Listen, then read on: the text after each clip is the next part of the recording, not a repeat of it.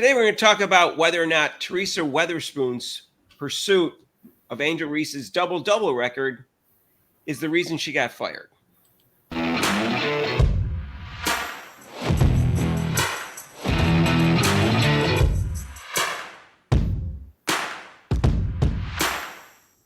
hey, if you haven't subscribed to our channel yet, please do so and hit the notification bell when you do so you get notified of our next videos. So, Rob, when a coach gets fired, as we all know, unless it's something really major, there's never just one reason why they got fired. Chicago Sky officials were light on specifics when discussing their decision to fire coach Teresa Weatherspoon after one season, saying there was no particular catalyst and that it was simply time to move on from the Naismith Hall of Famer.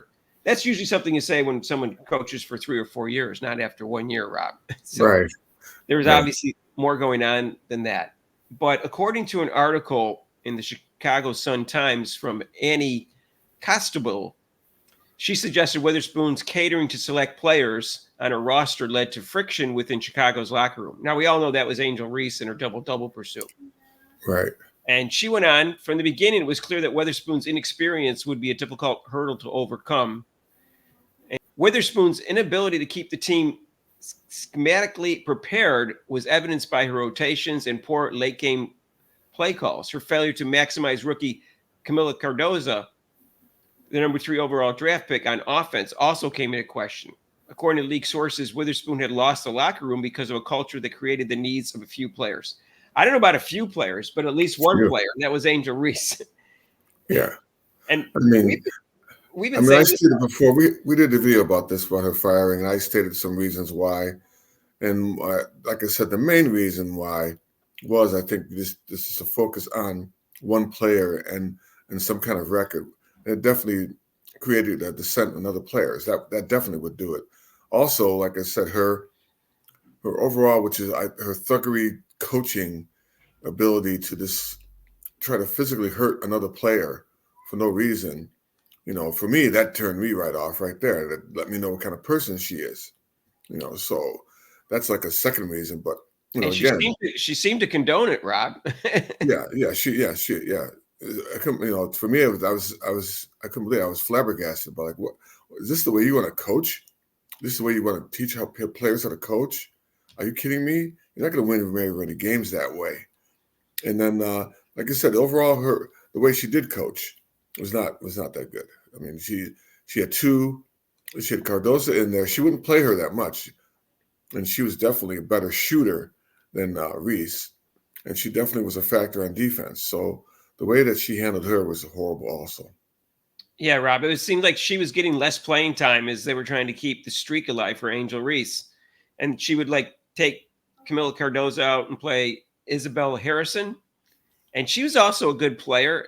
And she probably would have got more playing time too if they weren't concentrating on Angel Reese and making sure she was playing a lot of minutes so she could get the double-double and keeping her in at the end of the game when the game was no longer in reach for either team. She would keep Angel Reese in there and try to keep the streak alive. So both those players would have got more playing time. But Cardoza has more potential, I believe, than Angel Reese. And offensively, her shooting percentage was 10 points higher. It was 50% as opposed to 40%. Right. So you would think you'd want to get the ball into her a lot more as opposed to Angel Reese, so Angel Reese can get her 10 points for the game. And they didn't do that. And I think that caused friction with the whole team, not just with, say, Harrison and Cardoza and stuff like that. But right. I think, you know. I mean, right off the bat, I didn't like her with the foul that Kennedy, Caitlin Clark, right there turned me right off as her as a coach, and how she responded, you know, at that moment. And then 3 days later, a letter written probably by some publicist or PR person, you know, that already showed me what kind of coach she is. Well, she didn't respond to it at all was the problem.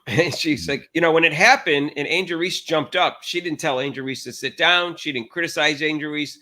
She didn't say anything to her players that we can tell that criticizing Kennedy Carter for it. After the happened in the press conference, she didn't criticize her players saying that's not what we're about. She could have at least said that. And like I said, you know, then she had an apology. It was like 2 to 3 days later. And I think it was written by a lawyer, but it could have been written by anyone. But it certainly wasn't heartfelt. And it wasn't sincere. If it was sincere, she would have said something right after the game, like, that's not what we're about. That's a cheap shot. You know, she didn't have to say cheap shot, but she could have said those kind of fouls are not what we're about. And she didn't even say that. Right. Like she didn't say, I talked to the players, I talked to the player, I talked to Carter and told her that's not our brand of basketball. And that's not the way I coach. And she wouldn't say that's not the way I coach this personally. So what she was saying is that this is how I coach.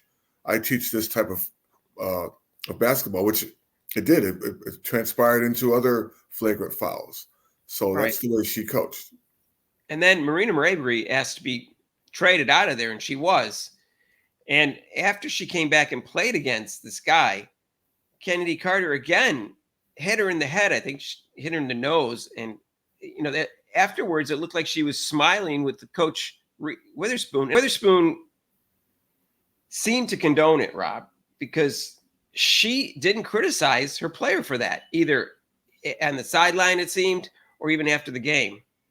So that's crazy. I don't understand how you can't come out and say something like, okay, that's not what we're about.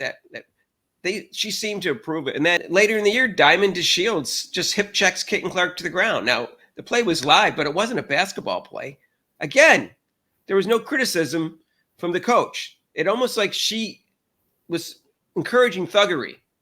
Well, that's what I'm saying. That's what I'm saying, Mark. I mean, the whole year, she did not, you know, speak up about that. That's the way. I mean, essentially, she was saying that's the way we play, and that's the way I teach my players how to do. Thug, flagrant fouls. That's how I run this show. Instead of saying anything, oh, that's wrong to do. She never said anything like that. Recently, Mabry was interviewed about Connecticut, and she said there's a level. This is where she got traded to. There's a level of discipline, a level of professionality here, where the players just have to worry about playing basketball. The players are very experienced, and they want to keep a good environment, and they make sure they hold people accountable for that. In other words, that's not how it was in Chicago. That's the impression I got from that Satan, Rob. Exactly. You know, Connecticut is professional, hold people accountable. Kennedy Carter and Diamond DeShields were not held accountable, and Angel Reese's, you know, behavior either. You know, jumping up and down after Kennedy Carter sent Caitlin Clark to the ground.